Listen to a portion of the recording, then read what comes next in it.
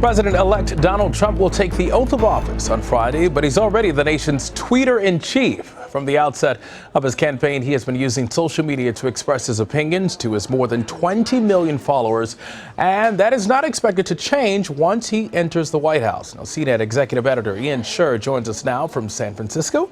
Ian, good to see you. Hi, how you doing? Good. Thank you. Thanks for being with us. So, Ian, do we know if he will use his current @RealDonaldTrump or use the @POTUS account? So he's made it very clear he plans to keep using his @RealDonaldTrump account. He said that the fact that it has more followers than the @POTUS account that was established by Barack Obama's team, which has about 13 million followers, he said it's better just to stick with what's bigger, which makes total sense when you think of how far and wide he wants his message to go. Now he'll have both of them, so he'll have two of the most high-profile accounts on Twitter at his disposal. And it's one of those things that he says, social media has become such an important tool for him to get his message out, especially because he doesn't trust the mainstream media to do it for him. President Obama was the first president to use Twitter. We just finished looking at his page in social media. How has Trump's use of social media taken this one step further? And is this the next logical evolution of a president on social media?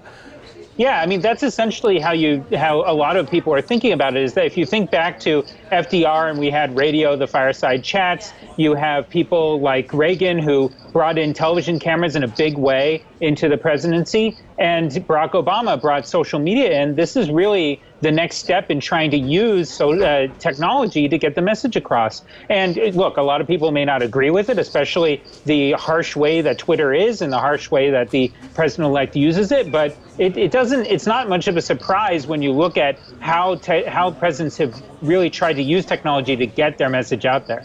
Now, some see it as dangerous, others see it as transparent. Throughout his campaign, Trump's tweets became his mode of communication, less so than an official press release. Is he going to change the way that we view social media? It likely will. I mean, the thing is that it's becoming an established way of communication. And before, when you had stuff like Facebook and Twitter, a lot of companies would use it and governments would use it in a very basic sense. They'd use it almost like a press release where they just put out a statement and then all of us would eat it up and deal with it however we would. He actually interacts with people. He retweets people. He has it be he's part of the medium.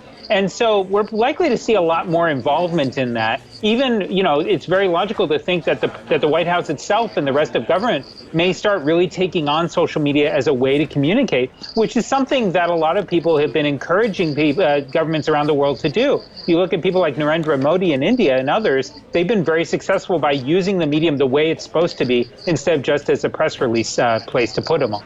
And a final question for you, Ian. President Obama was a pretty tech-focused president, committing billions of dollars to support initiatives to spur innovation, improve education, and encourage exploration and discovery. On the eve of Inauguration Day, do we know where Trump stands on most tech-related issues? Unfortunately not. And we've written on CNET about this. It's a really big problem that Trump has not talked much about technology on the campaign trail. We know a few things because obviously he met with a bunch of tech company CEOs recently, but there's not much to know other than the few things he said, like he wasn't a fan of net neutrality when the FCC did that. And so other than that, we don't really have a lot of clues. It's going to be very interesting to figure out how he's going to respond to this stuff. But he's also not terribly tech user. He uses his phone to tweet, but his own press secretary said he doesn't do more than that. And so it's going to be interesting to see how technology plays a role in this next presidency. All right, you are the expert, Ian Sherr, CNET executive editor. Thank you. Good to see you. My pleasure.